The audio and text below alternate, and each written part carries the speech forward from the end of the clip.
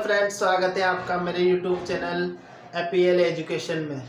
तो फ्रेंड्स, पिछले वीडियो में हमने त्रिकोणमितीय अनुपात की टेबल बनाना सीखी थी और उसके जो मान थे 0, 30, 45, 60 और 90 डिग्री के, उनको किस तरीके से हम निकाल सकते हैं, याद कर सकते हैं, मैंने पिछले वीडियो में बताया था। अगर आप लोगों ने पिछला वीडियो नहीं देखा है तो उसको जरूर देख लें, क्योंकि आगे के जो प्रश्न है वो उसी टेबल पर आधारित है।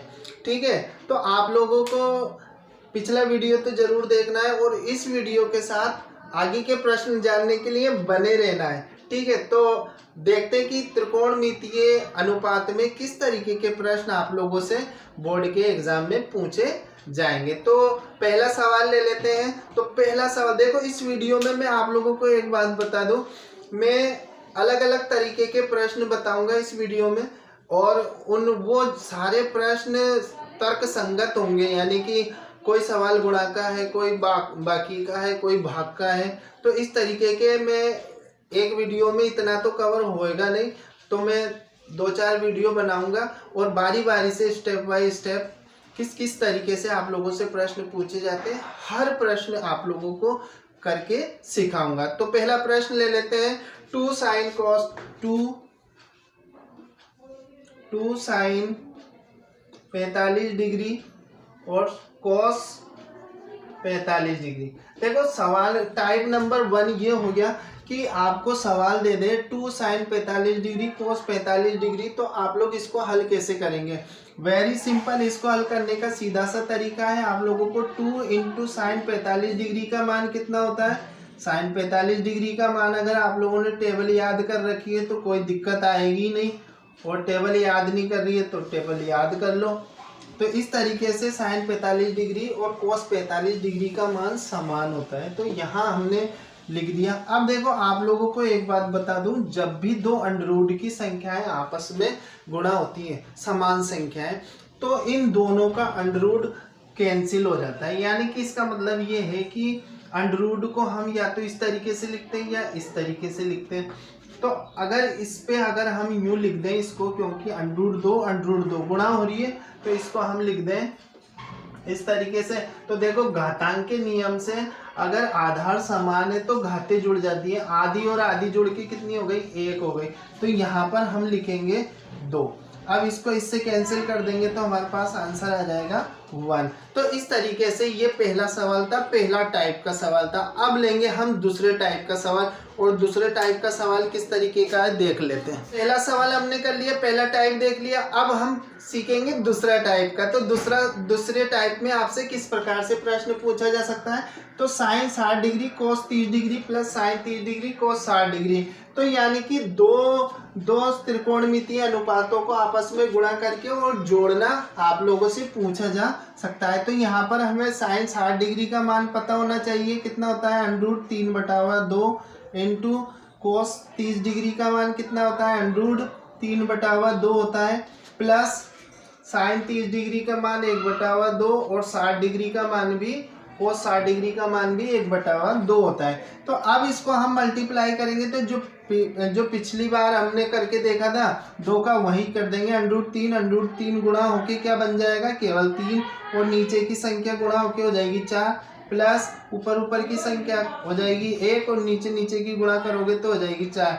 तो इसको हम जोड़ेंगे तो हमारे पास कितना आ जाएगा? 4/4, और आंसर निकल के आ जाएगा 1। 4 को 4 से भाग देंगे तो 1 आ जाएगा। तो ये हो गया त्रिकोणमिति में आपसे पूछे जाने वाला टाइप 2 का प्रश्न। अब हम देख लेते हैं सवाल जो तीसरे टाइप का आप लोगों से पूछा जाता है, किस तरीके का प्रश्न हो सकता है। तो देखते हैं टाइप नंबर 3। तो टाइप नंबर 3 में यहाँ पर हम देखें तो इस बार प्लस की जगह यहाँ पर आया माइनस, और दो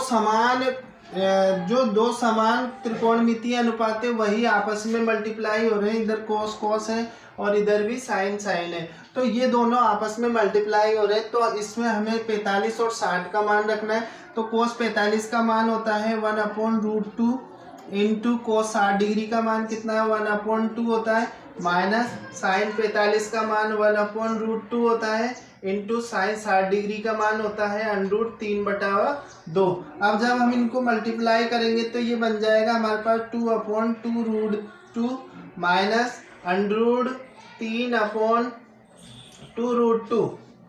इस तरीके से ये बन जाएगा। अब इसका हम क्या करेंगे, एलसीएम ले लेंगे।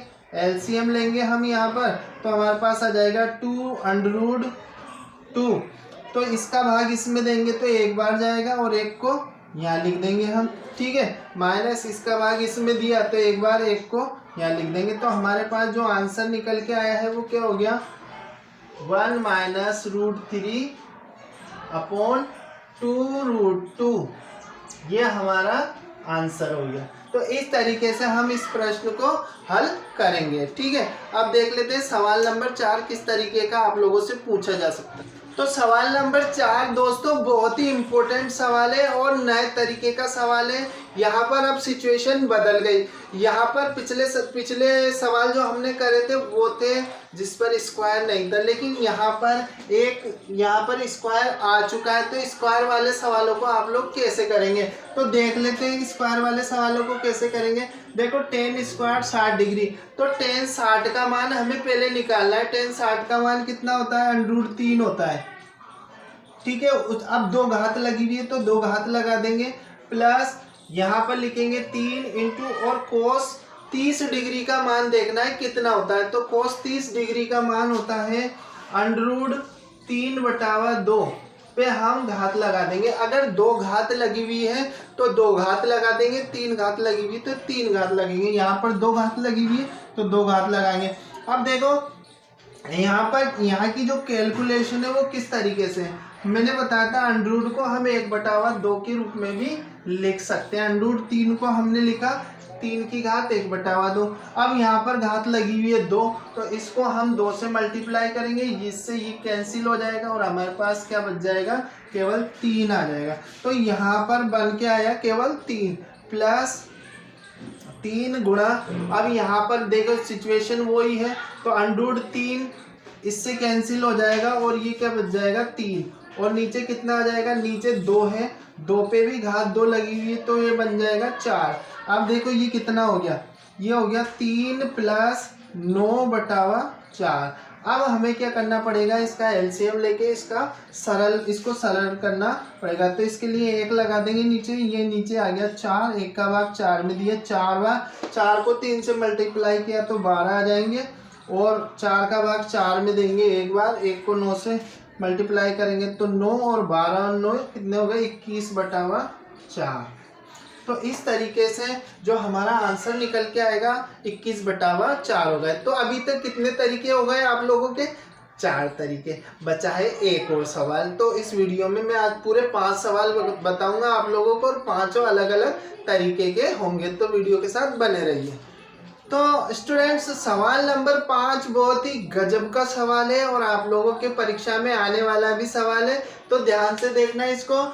तो सवाल है हमारा 3 sin 60 डिग्री - 4 sin की घात 3 और 60 डिग्री, ठीक है। अब इसको करने के इसमें किस तरीके से करेंगे हम सवाल, देखो ये हो गया 3 × sin 60 डिग्री का मान कितना होता है, sin 60 डिग्री का मान होता है √3/2 होता है, -4 इंटू यहाँ भी sin 60 डिग्री है तो यहाँ भी हम लिखेंगे √3/2 की घात 3। देखो अब यहाँ पर स्थिति बदल चुकी है, यहाँ पर 3 का मतलब है √3 इंटू √3 और नीचे भी चल रहा है 2 तो इसको भी हम 3 बार लिखेंगे। अब देखो ये दोनों तो गुणा हो जाएंगे, है ना, इसको या इसको इन दोनों को कर लो या इन दोनों को कर लो, √3 और √3 गुणा हो गए तो हमारे पास क्या बन जाएगा 3, और ये एक √ ऐसे ही रह जाएगा, और नीचे कितने बच गए, बन गए 2 दूनी 4, 4 दूनी 8, ठीक है। इस तरीके से 8 बन गए। तो इस को हम लिखेंगे 3 √3/2 -4 × 3 √3/8। अब 4 से हम इस 8 को काटेंगे तो कितना आ गया, 2 आ गया। अब हमारे पास क्या बचा, 3 √3/2 -3 √3/2। दोनों संख्याएं एक प्लस में एक माइनस में बराबर क्या हो जाएगा, 0 हो जाएगा। तो दोनों संख्याएं घट गई एक दूसरे से और हमारे पास बच गया 0। तो आज मैंने आप लोगों को 5 तरीके के सवालों को अलग अलग जो सवाल कैसे थे अलग अलग थे, आज उन्हें सिखाने की कोशिश की और आशा है आप लोगों को सीख भी गए होंगे और समझ में भी आ गए होंगे। अगर सवाल समझ में नहीं आया तो मुझे अब भी कमेंट्स कर दें, अब भी कमेंट्स करके ज़रूर बताएं कि आपको समझ में कहाँ नहीं आया है, मैं उसका रिप्लाई ज़रूर दूंगा। और अगर समझ में आ गया, वीडियो अच्छा लगा तो इसको एक बार लाइक कर दें, दोस्तों के साथ शेयर कर दें और अगर चैनल पर नए तो चैनल को सब्सक्राइब कर दें, साथ में बेल आइकन को प्रेस कर दें अगर आप लोग आगे की वीडियो भी प्राप्त करना चाहते हैं। तो इस वीडियो में इतना ही। अगले वीडियो में हम फिर मिलेंगे कुछ नए सवालों के साथ जो आप लोगों से बोर्ड के एग्जाम में पूछे जाते हैं। तब तक के लिए जय हिंद, जय भारत एंड गुड बाय।